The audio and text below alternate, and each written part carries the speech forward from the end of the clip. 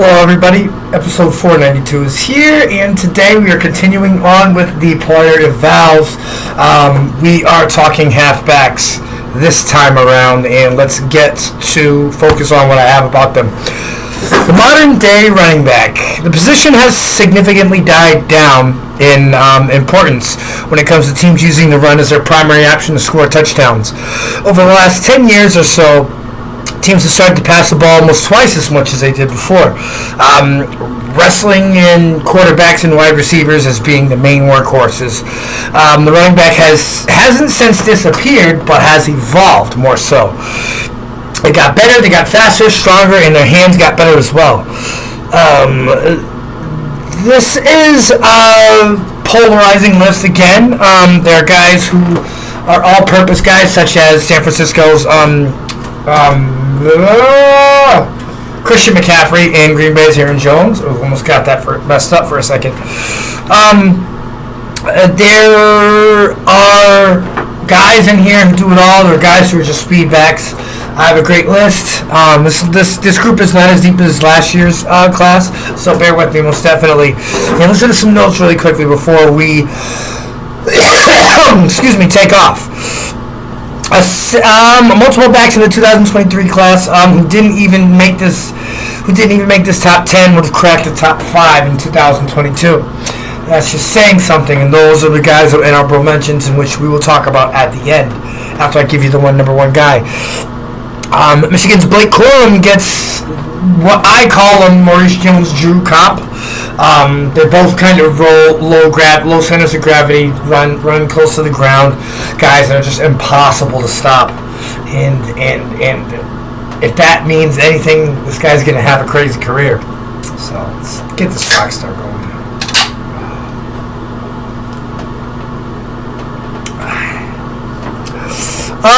Anyway, yeah, so that's about it. There's a couple notes I wanted you guys to take into consideration.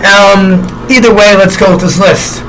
Number 10, Rashawn Johnson from Texas. He's 6'2", 222. I know you're thinking Derrick Henry mold already. This guy is true to his form. A power back, and I think he's going to be an early day 3 pickup. Playing second fiddle to the number one running back on my list could not have been easy for a player as talented as Johnson, but he still brought it every single time he touched the rock. While he's a little high cut at 6'2", he has a knack for taking away his plant leg just before contact, leaving defenders nothing solid to hold on to. That's why he has the highest broken tackle rate in the country over the past few years. That's 85 on 189 attempts. Well, he's likely the slowest guy on the list. That's not going to be his game or usage at the next level. I think he's going to grind out the tough yards, and I think he's going to make a name for himself. Not sure if he's going to be an all-pro, perennial guy like that, but definitely somebody who is going to make an impact. Number 8, I have Keaton Mitchell from ECU as a junior. 5'9", 184, another small guy. Space player is what I consider him, and he's going to be gone late on day number 2 as far as draft is concerned. And here's what I wrote.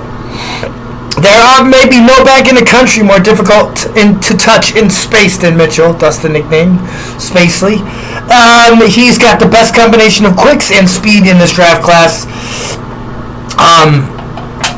And 29 of his 179 carries went for 15 plus yards or more. Let that sink in, averaging 7.4 yards per pop.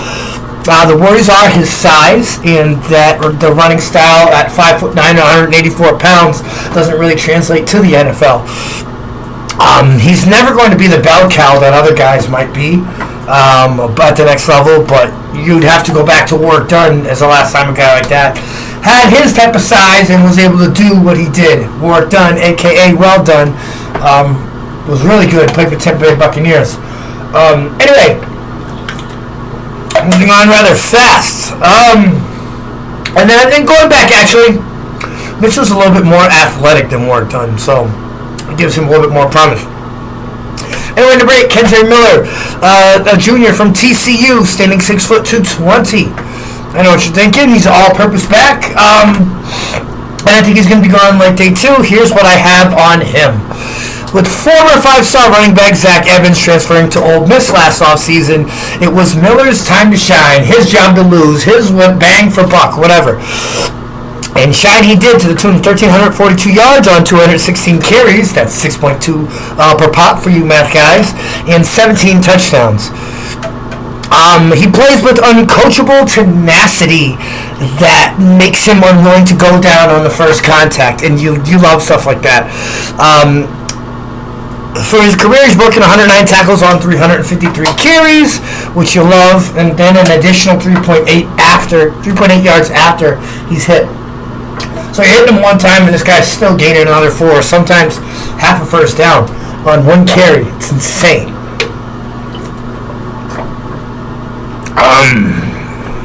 Let's see. So, I think this guy with a little bit of coaching is going to fit in well at the next level. He's very athletic, and the coordinators will take advantage of that. Number 7, Devon Achane, Texas A&M Junior, 5'9", 185. We got a chance to see him behind Spiller last year.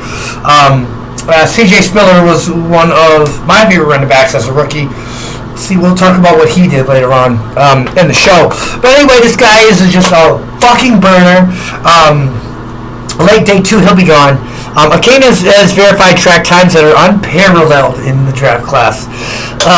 He'll be drafted highly because of his speed. He ran a 10-14 second 100-yard meter dash. Has to be accounted for in every single play, honestly. While he'll certainly be pigeonholed into a certain role at only 185 pounds, Achane is far tougher than your average back that size.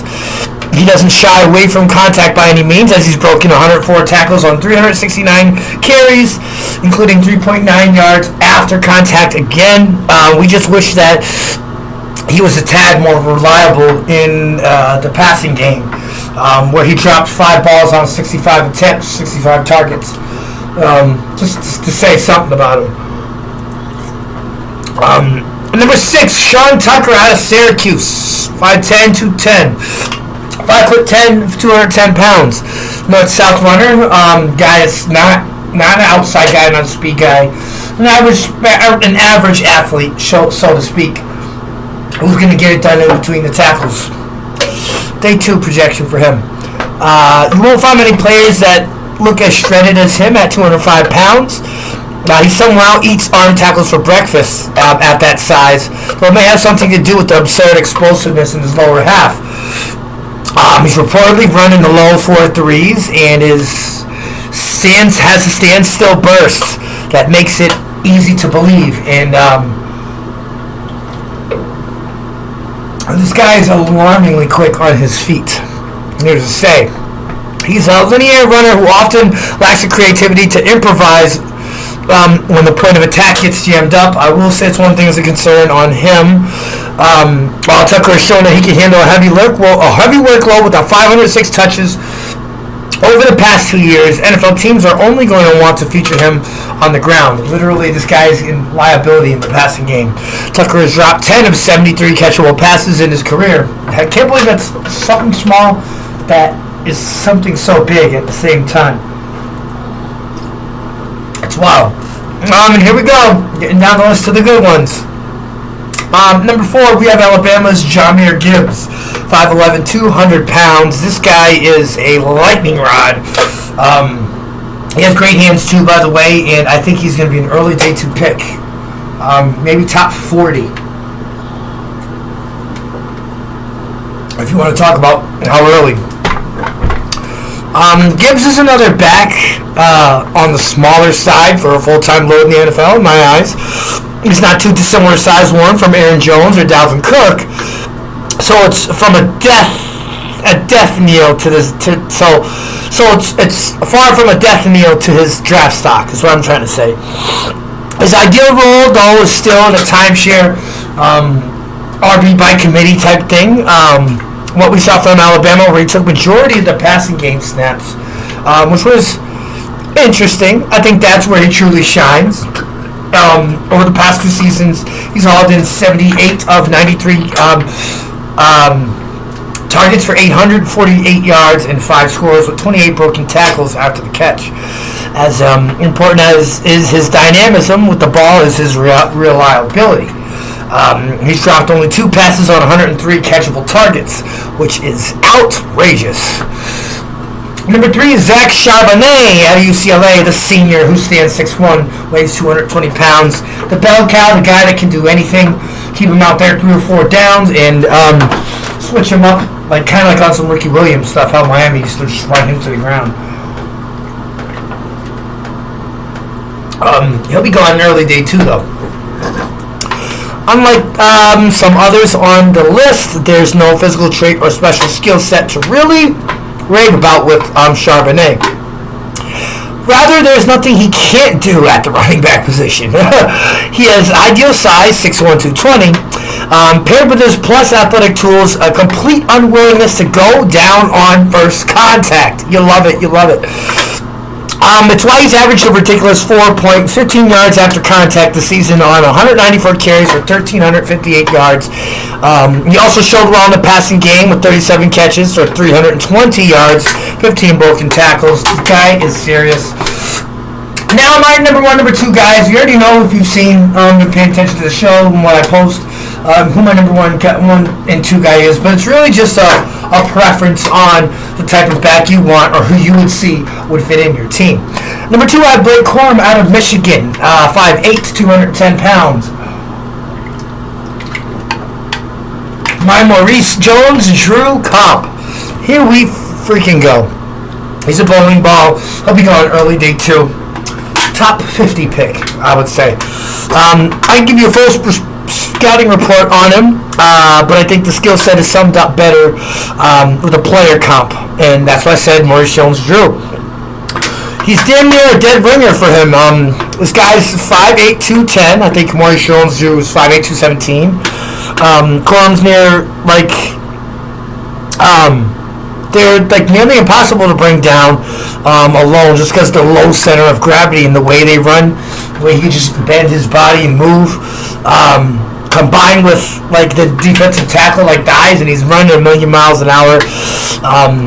He finished with the 3rd highest single season rushing grade that I've seen anybody give him. I give any running back, honestly, this high. 73 broken tackles on 248 carries for 1,461 yards, 18 touchdowns. While his height may limit the routes he's going to be able to run in the passing game, there aren't really many weaknesses in his game. And finally, I have number 1, Bijan Robinson from Texas. He's a junior, standing 6 feet tall, weighing 220 pounds. He's the offensive focal point. Initial projection, I think, for the draft, I think he's going to go in the 1st round. This guy has a great running style. He's very patient. He has great vision. This is going to be a game breaker. This guy's going to be a star one day. And again, I called him an offensive focal point, and that's really what he is. Depending on where he's going to go, this guy will line up in the slot. He can even line up on the outside. He'll give you work on receiver. He'll give you work on the ground rushing the ball. Bijan Robinson is simply capable of things that other running backs in this draft class are. It's I don't know. It's just hard to explain. He just does everything well. He's fast, great hands, great vision, decent size. Not really a bell cow per se, but he's going to be effective when he gets out there. And that's about it. This is the end of episode 492 and the end of the top 10 list, the halfbacks I have. Hashtag path to the draft, NFL player evals, whatever you want to call it. We have it here on 413 Sports Talk. I had fun with this list. It took me a couple weeks to work on these guys. So if you can, please let us know how we did on this section in the comments. And we'll see you guys tomorrow with our 493rd episode.